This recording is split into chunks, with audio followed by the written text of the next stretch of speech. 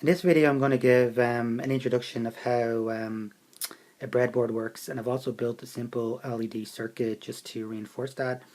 Okay, so up here is our power rail, and this is where we connect up a battery, for example. Okay, on this particular breadboard, this side of our power rail is separate from this side, so I wanted to connect them together to form one long power rail. So I've put these two wires in, done the same down here. I've also connected this power rail to this power rail. Okay, it makes it a lot easier if we have components down here, just to make the connections to the power rail here, rather than having to try to make them up here. Okay, so the next thing you need to know is that these particular pins, when they go vertically, for example like down in this direction, they're all connected, but horizontally they're not connected. Okay, so this pin is not connected to this pin, for example.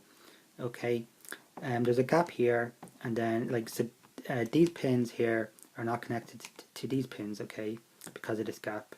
Okay, so in terms of our actual LED circuit, we need to know a little bit of theory, just that the LED, it has a maximum current of 20 milliamps, okay, and it has a voltage drop of 2 volts, okay. So we simply use Ohm's law, okay, where voltage is equal to current multiplied by the resistance. So if we just manipulate that equation, we have some variation. So resistance is equal to voltage over current, and current is equal to voltage over resistance.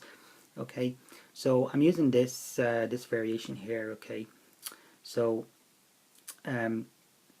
we have an input voltage of 9 volts. Okay, that comes from our 9-volt battery. Okay, we know there's a 2 volt drop across the LED, so that leaves us with 7 volts, and I'm using a 560 ohm resistor.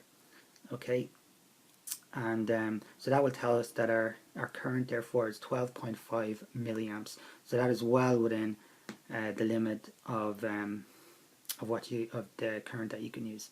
Okay, so if we go now and connect up our circuit, okay, I'll just connect it up here, and then I'll put the ground here. We can see that the LED turns on. So we have our 9 volts coming in here. It flows through this resistor, which is 560 ohms. So 7 volts is dropped across that. Okay, that's the resistor is connected to the anode of our LED. Okay, so the anode is the longer leg. Okay, and our cathode, which is the shorter leg, and it also has a little notch here. Okay, that's connected to ground. Okay, and there's 2 volts dropped across this LED, like I said. Okay, so that's pretty much all you need to know. There's just okay for that particular circuit. Okay, and that's it.